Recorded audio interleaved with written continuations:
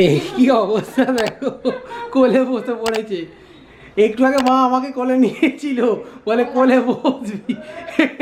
আবার এখন আমি বললাম আমি উঠে যাই, বরঞ্চ মমিতি কোলে বসুক মায়ের।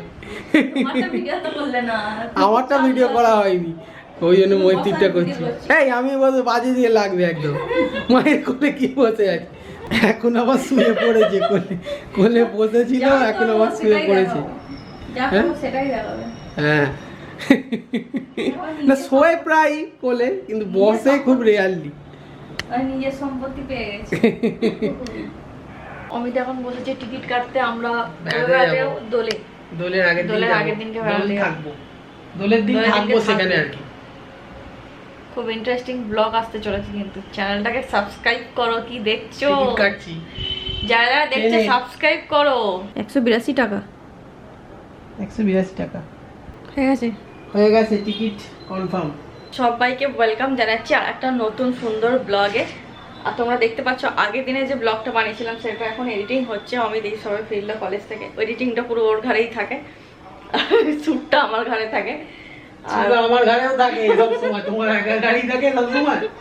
তো আজকে আমরা ভাবছি রাত্রি আর কি ডিনারে কিছু একটা চিকেনের রেসিপি বানাবো। কি বানাবো সেটা এখনো কিছু ঠিক করে উঠতে পারিনি। তো এখন যাচ্ছি আমি চিকেন কিনতে, ও তো যাবে না, আমি যাই।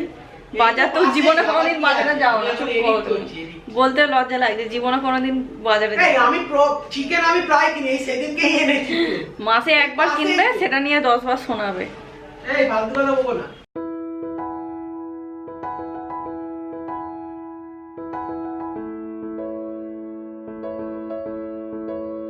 চাটা খেয়ে এখন আমরা চলে এসেছি রান্নাঘরে, অমিত শুট করে দিচ্ছে। আর আজকে চিকেনের কি করবো ভাবছিলাম কি করা যায় নতুনত্ব সেরকম কিছু না, ওরকম কিছুই করবো না। আমাদের এতদিনের চ্যানেল, আমরা কোনোদিনও সিম্পল চিকেনের রেসিপি দেখাইনি, মানে একদম বাঙালি যেটা মাংস ঝোল ভাত যেটা বলে, একদম ঝোল করবো না, বাট একদম সিম্পল প্রসেসে আমি যেরকম ভাবে করি সেরকম ভাবে আজকে চিকেন করছি। আর সাথে সরু সরু চালের ভাত আর মাংসের মধ্যে আলু দিচ্ছি। প্রথমে চিকেনটাকে আমি দই দিয়ে ম্যারিনেট করে নেবো, আর একটুখানি অল্প লেবু দেবো, লেবু আর টক দই, আর অল্প দিয়ে একটু নুন দেবো, দিয়ে এটাকে ম্যারিনেট করে রেখে দেবো। আর কিছু দেবো না। তুমি কি আমার মেটে এনেছো নাকি? না, ওটা ফ্রিতে দিয়েছি।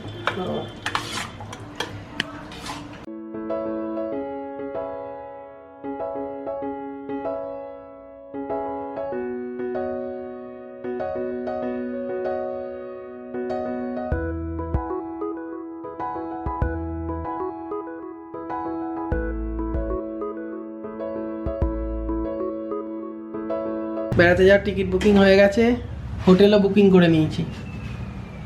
আর মাংস দেওয়ার জন্য এরকম বড় বড় করে আলু কেটে নিয়েছি। আলুটাকে না ভাজা বসিয়ে দেবো।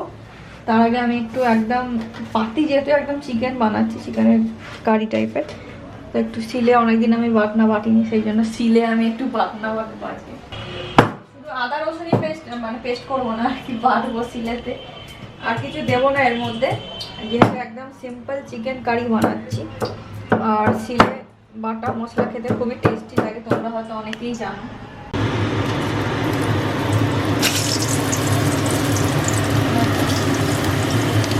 আলুটাকে একদম লাল লাল করে ভেজে নিয়েছি, আর এর মধ্যে একটা পেঁয়াজ দিয়েছি। পেঁয়াজটা খেতে আমার খুবই ভালো লাগে, গোটা গোটা পেঁয়াজ।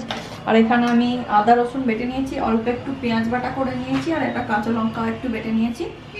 আর এখন তৈরি করবো চিকেনটা, তার জন্য কড়ার মধ্যে 2-4টে চিনি ফেলে দিয়েছি, আর তেজপাতাটা দিয়ে দিলাম। আবার চিনি দিয়েছো রান্না? একদম অল্প, চিনি না দিলে টেস্ট আসে না। কেন চিনি দেয় কি জানে।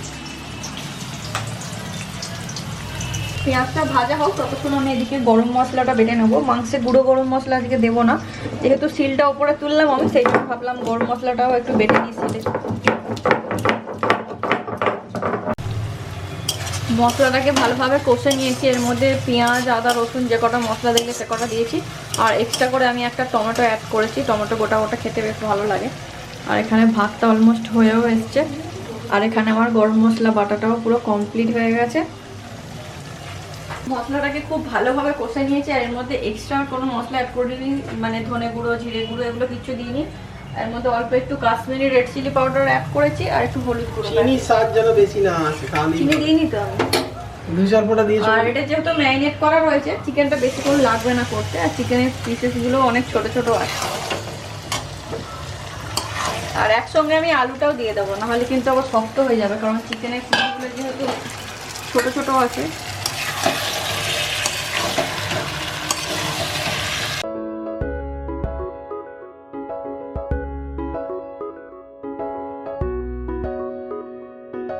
মাংসটাকে 5 মিনিটের মতো জোরে দিয়ে একটু কষে নেবো, তারপরে 10 মিনিটের মতো ঢাকা দিয়ে একদম লো ফ্লেমে করে রেখে দেবো, ব্যাস হয়ে যাবে। আজকে খুব জোর খিদে পেয়ে গেছে, এখন 9টা-11 বাজে। কলেজ থাকলে এই পরের দিনের কলেজ সকাল সেই একদম 8টা 20-তে বেরোতে হয়।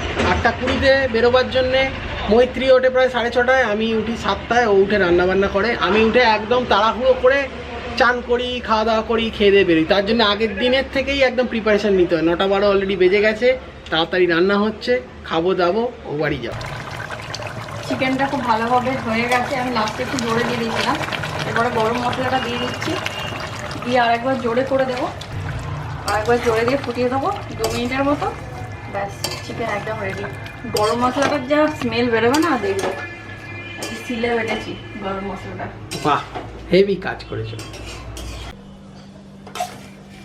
সরু সরু চালের ভাত আর মাংসের ঝোল। আমি তোমাকে বললাম আজকে নর্মাল মাংস না করে একটু বেটার আগের দিন যেমন করলে 2-3 দিন আগে। দারুণ করেছিল ওটা। আমার এটাই ইচ্ছা করছিল, সবসময় তোমার যেটা ইচ্ছা করবে সেটাই করতে হবে না। আগের দিন কি বেশ করলে? চিকেন ভুলে গেছি, তন্দুরি মশলা, তাই তো? হ্যাঁ, আজকে নর্মাল চিকেন। দারুণ দারুণ খেতে। এরকম মাংস আমরা প্রায় অনেকদিন পর খাচ্ছি। এরকম মাংস আমি রান্না কখনো করিনি। কালকে সকাল সকাল বেরোতে হবে আমায়। কখন থাকে? 8:20 8:20 8টা। বাবা, তোমার চুলেও মাংসের ঝোল লেগে আছে। এমন রান্না করেছো, চুলে গায়ে হাতে পায়ে চারিদিকে মাংসের ঝোল উড়েছে একদম, নাকি? তবে তো বুঝবো যে মাংস খেয়েছে। এই আলুটা খেতে আমার এত ভালো লাগে না, এরকম আলু দিয়ে না, আজকে মাংসটা ভালো হয়েছে, ভালো হয়েছে। এরকম আলু দিয়ে মাংস আমি অনেক দিন পর খাচ্ছি। সকালে কলেজ থাকলে না খুব অসুবিধে। কিসের অসুবিধা? 8:20-তে বেরোতে হবে। তুমি তো ঘুমাবে, আমাকে তো আগে উঠতে হবে। আমি চলে যাওয়ার পর যে তুমি ঘুমাও, সেগুলো সবাইকে ব্লগেতে বলো। মোটেও আমি ঘুমাই না তুমি চলে যাওয়ার পর। ঘুমাও আগের দিন বলছিল। আমি শোয়ার থেকে রাতে বেশি ঘুমাই আর সকালে তাড়াতাড়ি উঠি। তুমি তো ঘুমাবে সকালবেলা আর দেরিতে উঠবে। কালকে তো ঘুমাবে সকালে 9টার পরে। ঘুমাবে কালকে, আমি জানি। কালকে অনেক কাজ আছে, এখানে আসতে হবে। আরে বাবা, সকালবেলা 8টাতেই চলে আসবে। তুমি তো 9টায় তো, আমি তো বেরোই 8টা করছে, তারপর তো তুমি ঘুমাবে।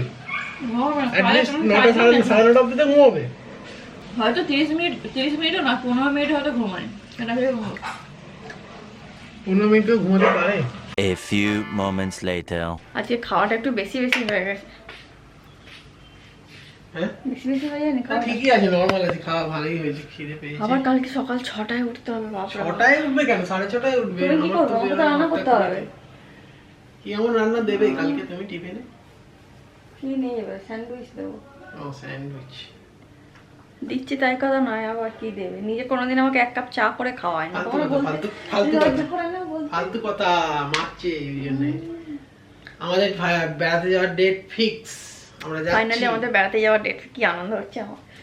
কোথাও কবে যাচ্ছি? দোলের সময় যাইতে। দোলের আগের দিন যাবো। ও, এই রোববারও তো যাচ্ছি, এই শনিবার আর রোববারও যাচ্ছি। বাট তার রোববার দেখি কাছাকাছি কোথাও। তার জায়গাটা এখনো ঠিকঠাক হয়নি। একদিনে তোমাদের আগের ব্লগটাতে তোমরা যারা যারা দেখেছো তোমাদেরকে জিজ্ঞাসা করছিলাম যে 1 ডে ট্রিপে কোথায় যাওয়া যায়। তোমরা তো কেউ কিছু বলছো না, বললে তাহলে সাজেস্ট করো কোথায় যাওয়া যায় একদিনের জন্য। হ্যাঁ, সাজেস্ট করো তাহলে। কাছাকাছি একদম, এই হাওড়া কলকাতা কাছাকাছি একদিনের জন্য যাও, চলে আসো, বা গেলাম ঘুরে চলে এলাম এরকম বললেও হবে। কিছু সাজেস্ট করো, কোনো তীর্থস্থানও সাজেস্ট করতে পারো। আজকের ব্লগটা তাহলে এখানে এন্ড করা যাক। অনেক বড় হয়ে যাচ্ছে। তো আজকের ব্লগে কিছু ভালো লাগে থাকলে do like share comment and subscribe. তোমরা সাবস্ক্রাইব করো, এত করে তোমাদেরকে বলছি, কেউ সাবস্ক্রাইবই করছে না। আর যাওয়া সাবস্ক্রাইব করছে, কেউ ভিডিও ভিউ করছে না, মানে খুব কম ভিউজ আসছে। আমরা যেরকম চাইছি সেরকম অন্তত কিছু তো অন্তত ভিউজ দাও। বেশি ভিউজ এলে তো আমরা আরো ভালোভাবে ভিডিও বানাতে পারবো। একটা ভিডিও বানাতে কত খাটতে হয়, কত শুট করতে হয়, তারপর এডিটিং করা, কত টাইম আমরা সময় লাগে। কত টাইম, মানে অনেক টাইম লাগে, প্রচুর লেবার দিয়ে আমরা কলেজ থেকে ফিরে আসি তারপর এডিটিং এ বসি। হ্যাঁ, আর আমি আমার নিজের কাজ সামলে এদিকে শুট করছি সমস্ত কিছু, এত মানে প্রচুর লেবার দিই আমরা ইউটিউবে, বাট সেরকম অনুযায়ী আমরা পাচ্ছি না কিছু। তোমরা যদি আমাদের সাপোর্ট না করো তাহলে আমাদের আর ইউটিউব করতে ভালো লাগবে। সাপোর্ট করো। আজকের জন্য আসছি, চ্যানেলটা সাবস্ক্রাইব করতে ভুলবে না। Bye, good night.